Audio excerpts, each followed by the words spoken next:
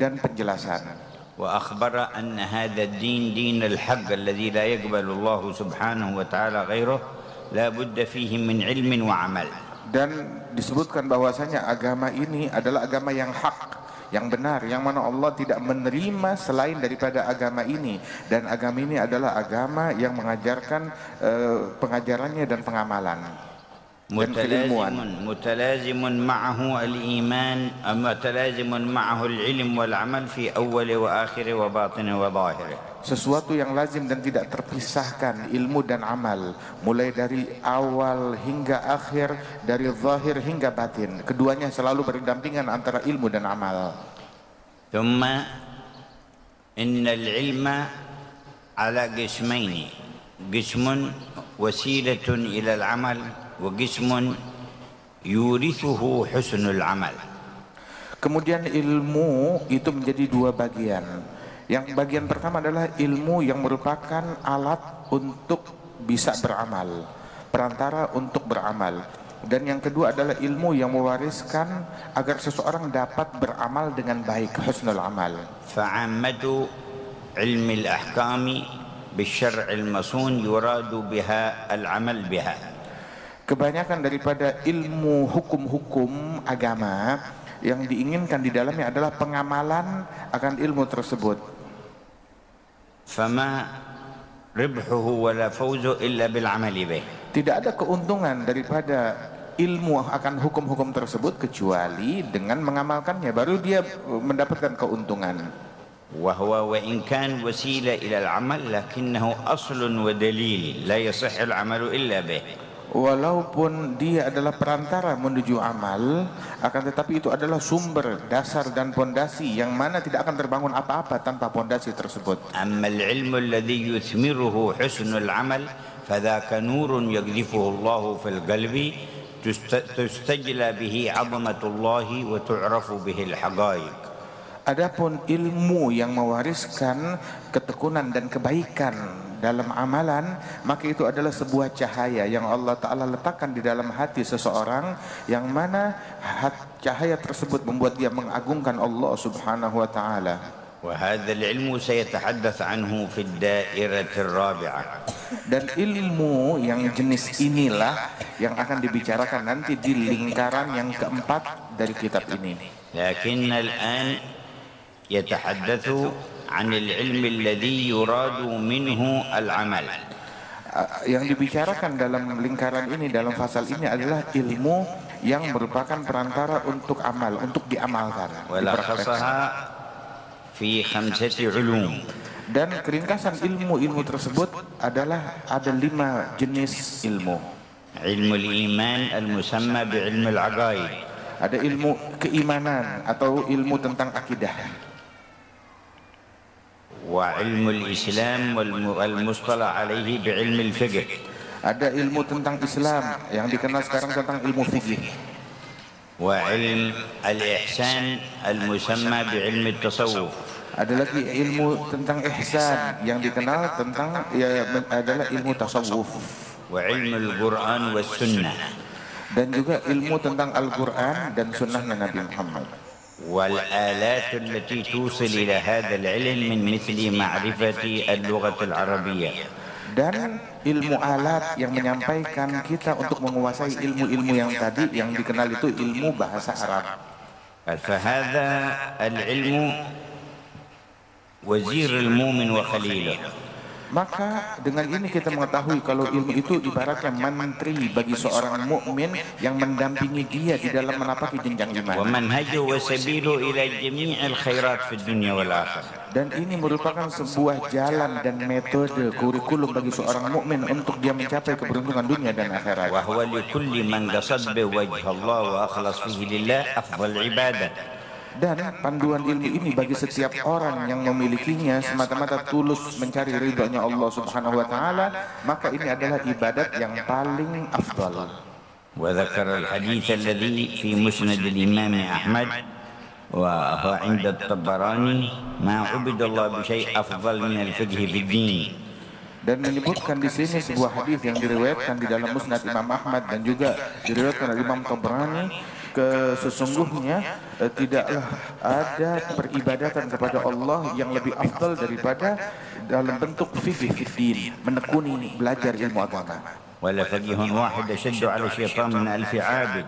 Sungguh seorang ahli fikih, ahli ilmu saja satu orang lebih berat tantangannya bagi syaitan daripada 1000 ahli ibadat. لأن صاحب العبادة إذا لم يكن عنده علم سهل على الشيطان التلبيس عليه وحرفه عن سواء السبيل. Sebab ahli ibadat kalau dia tidak memiliki ilmu maka mudah bagi syaitan untuk menyelewengkannya dan menyesatkannya. ولكن صاحب العلم بنور العلم يهتدي إلى وسوسة الشيطان والتفريق بين لمة الملك ولمة الشيطان في قلب الإنسان. Namun orang yang memiliki ilmu, dengan ilmunya dia bisa mengetahui bisikan-bisikan syaitan dan jebakan-jebakan syaitan dan fikiran-fikiran yang terlintas di benaknya, dia tahu sumbernya. Dengan keilmuan dia tahu sumbernya, ini sumbernya dari syaitan ataupun dari malaikat. أما العالم الجامع بين العلم والعبادة ففي أرفع الدرجات. Adapun orang alim yang hakiki, yang sebenarnya yang memadukan antara ilmu dan ibadat, maka dia berada dalam derajat yang paling tinggi. وكان يقول سيدنا الإمام أبو حنيفة وسيدنا الإمام الشافعي إن لم يكن العلماء الفقهاء العاملون أولياء الله فليس لله ولي. Dikatakan oleh Imam Syafi'i bahwasanya apabila ulama fuqaha yang mengamalkan ilmunya mereka bukan wali, maka berarti nggak ada wali-wali di dunia ini. وقال وفضل العالم على العابد كفضل النبي على غيره. Dalam hadis disebutkan keutamaan seorang alim dibandingkan ahli ibadat biasa bagaikan keutamaan seorang nabi dibandingkan manusia biasa. ومن يريد الله به خيرا يفقهه في الدين. Apabila Allah ingin memberikan kebaikan, keberuntungan kepada hambanya, maka akan dijadikan hamba tersebut mengerti, faham dan alim akan agama. يجعله مدركا واعيا لخطاب الله ورسوله صلى الله عليه وسلم. Dijadikan orang tersebut mengerti, faham akan ucapan dan firman-firman Allah yang ditujukan kepadanya. فهذا العلم منه ما هو فرض عين وما هو منه ما هو فرض كفاية ومنه ما هو سنة. Ilmu itu ada yang di antara ilmu itu ada yang merupakan fardu ain, wajib diketahui oleh setiap muslim. Ada lagi yang merupakan fardu kifayah, cukup diketahui oleh seseorang yang mengetahuinya, nggak harus semua orang. Dan ada yang merupakan sebuah sunnah untuk diketahui. فعلم ما فرض على الإنسان في أحكام الشريعة وكذلك في أحكام الإيمان وعلم ما يلزم الإنسان تركه هذا من فروض العين. Ilmu yang berkaitan tentang hukum-hukum syariat atau berkaitan tentang keyakinan dan keimanan ataupun yang mengajarkan kepada seseorang apa hal-hal yang wajib dia tinggalkan di dalam agama Islam. Ini ilmu semacam ini adalah ilmu yang sifatnya fardu ain, wajib diketahui oleh setiap muslim, wajib belajar tentang ilmu. وهو المراد بقول النبي طلب العلم فريضة على كل مسلم يعني ذكرا كان أو أنثى. Dan ini yang dimaksud dalam hadis Nabi Muhammad, menuntut ilmu adalah wajib atas setiap orang Islam, baik dia laki-laki ataupun perempuan, harus tahu. وما زاد على ذلك يصير فرض كفاية إلى أن يوجد في كل بلد من بلاد المسلمين من يستطيع الإفتاء على بصيرة وبينة من العلم فيما يقع لهم من أحوال ومسائل. Lebih daripada pengetahuan yang tadi itu, maka hukumnya fardu kifayah. Cukup ada 1-2 orang yang mengetahuinya di dalam suatu negeri agar menjadi rujukan untuk menfatwakan kepada orang-orang apa yang diperlukan oleh masyarakat. وما زاد على ذلك فهو السنة. Dan lebih daripada itu semua, keilmuan itu adalah menjadi hal yang sunnah untuk diketahui. قال تعالى يرفع الله الذين آمنوا منكم والذين أوتوا العلم درجات. Allah Ta'ala berfirman, Allah mengangkat derajat orang yang beriman di antara kalian. Namun orang yang diberikan ilmu derajatnya jauh lebih tinggi lagi. قال ابن عباس يرفع الله العلماء فوق المؤمنين ب700 درجة ما بين كل درجة ودرجة مسيرة 300 سنة. Berkata Imam Abdullah bin Abbas dari ayat ini bahwasanya Allah mengangkat derajat ulama dibandingkan orang mukmin biasa itu, diangkat derajatnya 700 derajat.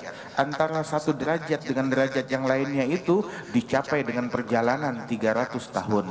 وبين لنا أهم وأعظم الثمرات لهذا العلم المقصود النافع. Dan dijelaskan oleh penulis bahwasanya tentang tujuan yang terbesar daripada ilmu yang manfaat ini. قال به يعرف العبد نفسه في عجزه ونقصه وذله وفقره. Dengan ilmu ini, ilmu yang akan kelemahan dirinya, akan kefakiran dirinya. يوقفه على الحقيقة ويخرجه من الوهم والخيال. Yang membuat orang tersebut menemukan ilmu yang hakikat, mengeluarkan dia dari hayalan dan angan-angan. ويعرف عظمة ربه وكبرياءه تعالى وغناه عنه وعن جميع الكائنات. Dengan melalui ilmu tersebut dia mengetahui keagungan Tuhannya dan kehebatan Tuhannya yang maha agung di atas semua makhluk-makhluk dan alam semesta ini. ويعلم أن الله المنعم عليه والمتفضل عليه بكل خير وصل إليه.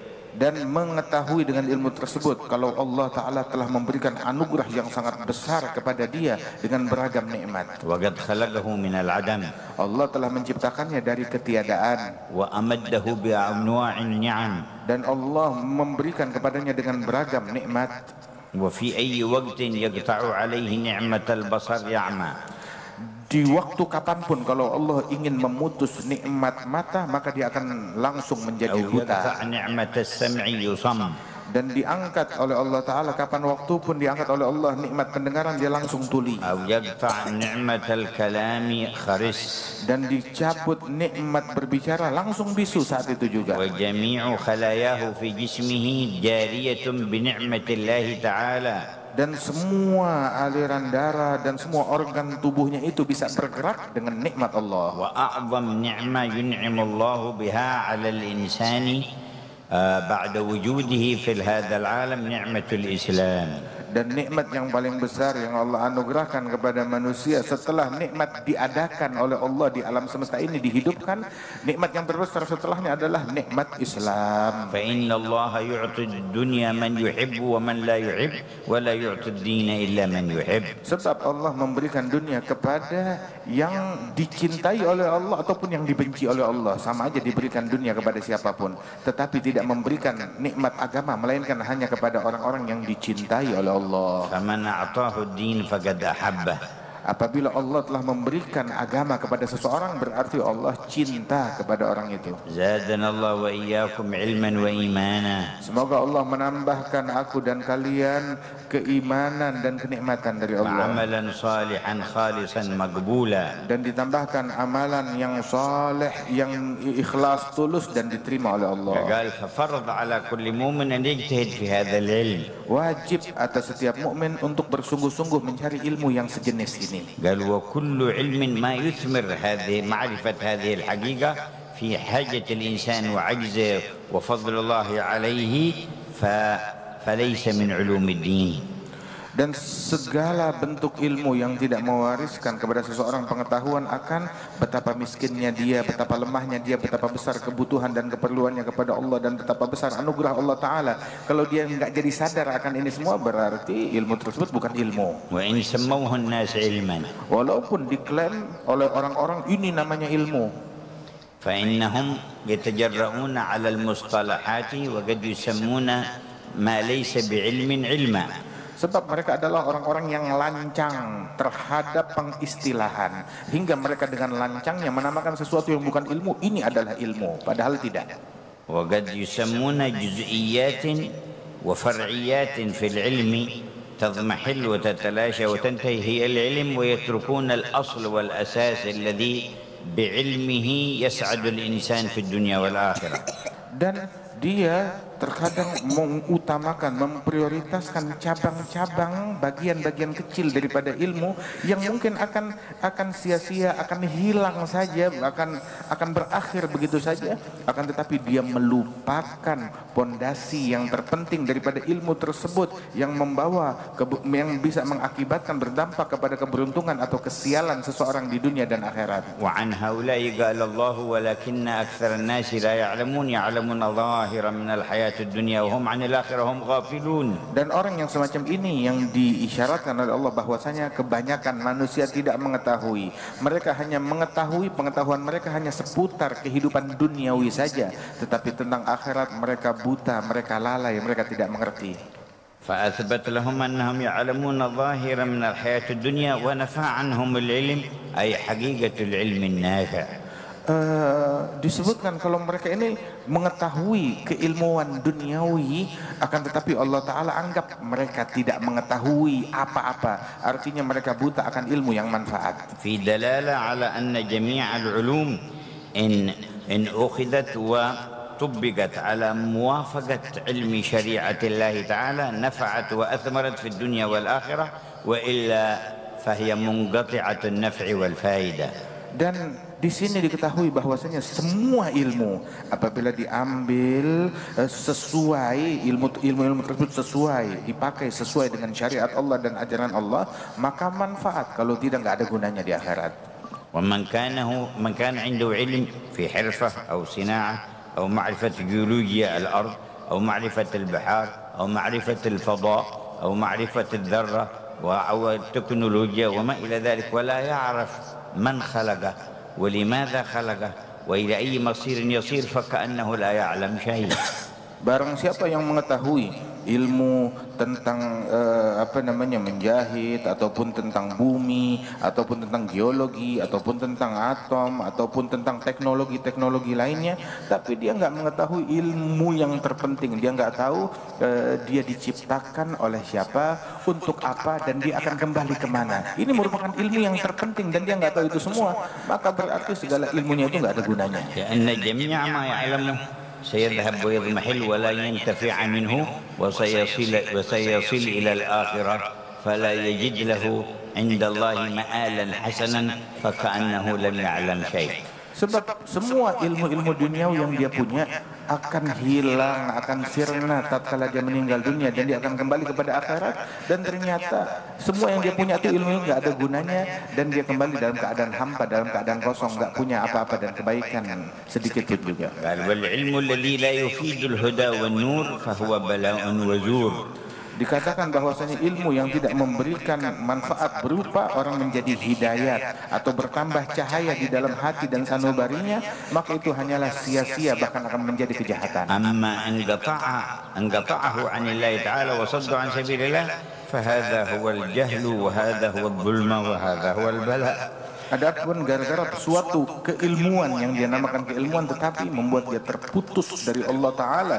justru membuat orang makin jauh dari Allah Ta'ala, maka itu adalah sebuah kesesatan dan kejahatan belaka. وكم في واقع الناس استتن بهذا من افتتن وتجادلوا بالباطل وتقاتلوا على الباطل ثم اضمحلوا وخسروا الدنيا والآخرة. Berapa banyak orang yang tertipu dengan hal-hal yang semacam ini hingga mereka sibuk berjidal, sibuk berdebat antara mereka satu sama lain. Kemudian ketika datang kematian hilang sirna dan tidak ada gunanya segala macam ilmu dan jidal yang selama ini mereka lakukan, dan mereka kembali dalam keadaan kosong. وذكر أن أخذ هذه العلوم الخمسة التي أشار إليها يكون على يد أستاذ ناصح. Dan dikatakan bahwasanya kalau dia mau mencari ilmu yang 5 ini tentang iman, Islam, ihsan, Quran dan alat tersebut, maka dia mencarinya di tangan seorang ustadz, guru yang tulus dalam mengajarkan ilmunya dan menasihati. إشارة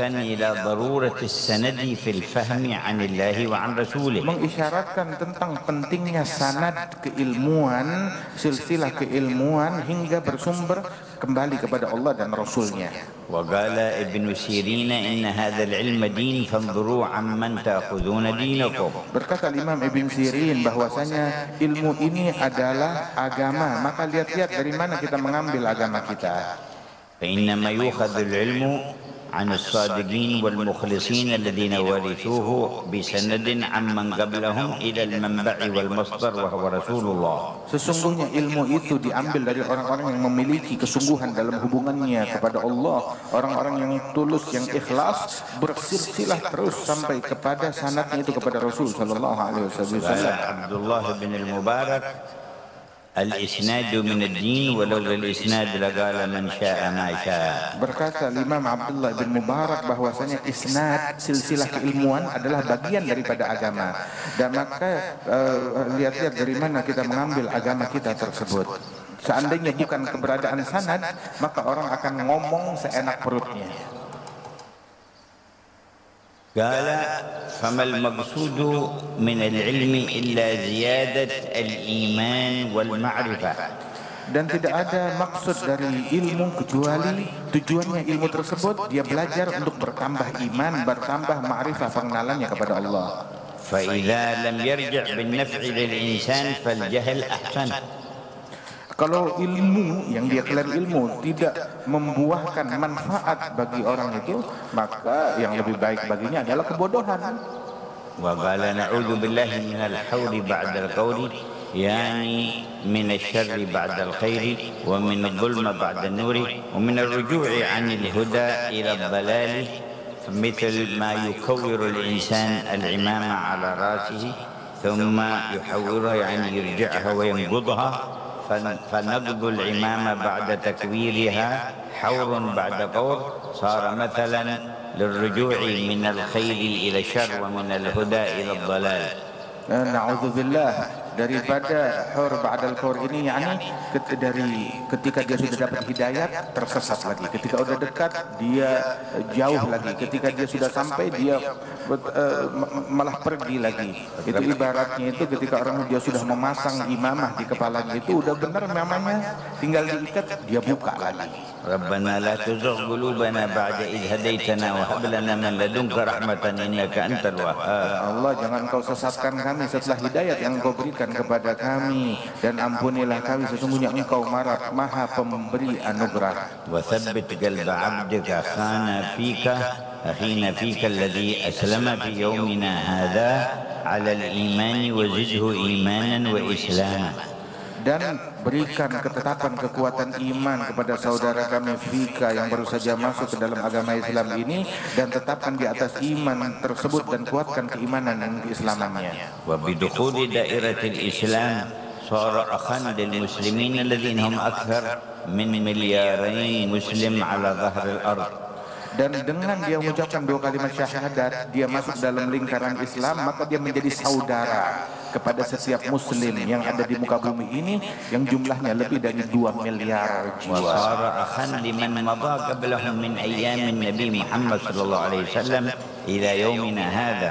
Dan langsung dia bersaudara dengan setiap muslim yang telah masuk Islam dari zaman Nabi Muhammad sampai hari kita. بل صار أخا لأبينا آدم عليه السلام وأولاده المؤمنين ومن جاء بعدهم من النبيين والمسلمين كلهم. Dan langsung beliau menjadi saudara dari Nabi Adam, ayah dari semua manusia, dan keturunan Nabi Adam yang beriman kepada Allah Subhanahu wa taala adalah saudaranya sampai akhir zaman. وقد قال تعالى إنما المؤمنون إخوة. Allah Ta'ala telah berfirman, sesungguhnya kaum mukminin satu sama lain bersaudara. وقد سميناه بأبي بكر الصديق وكان سيدنا أبو بكر الصديق من أقوى هذه الأمة إيمانا. Dan kami menamakannya Abu Bakar As-Siddiq sebab Sayyidina Abu Bakar As-Siddiq adalah sahabat terdekat Nabi yang paling kuat keimanan dan keyakinannya. قال ومثل العلم العمل لا يراد من الأعمال الصالحة إلا زيادة نور الإيمان واليقين والقرب من الله. Dan disebutkan bahwasanya ilmu itu pun juga sama seperti amalan, harusnya itu tidak diinginkan dengan keamalan dan keilmuan tersebut, melainkan hanya mencari ridhonya Allah, bukan buat hal yang lain. Dan tujuan daripada ilmu dan amal adalah perantara untuk sampai kepada khusyuk kepada Allah dan juga tunduk dan patuh kepada Allah, agar seorang hamba bisa makin dekat kepada Allah. تعوذوا بالله من علم لا ينفع وعمل لا يقبل. Sehingga itu di dalam doa nabawiyah dan doanya para ulama berlindung kepada Allah Subhanahu wa taala dari ilmu yang tidak manfaat dan amalan yang tidak diterima. Jahizah mubarak. Baca.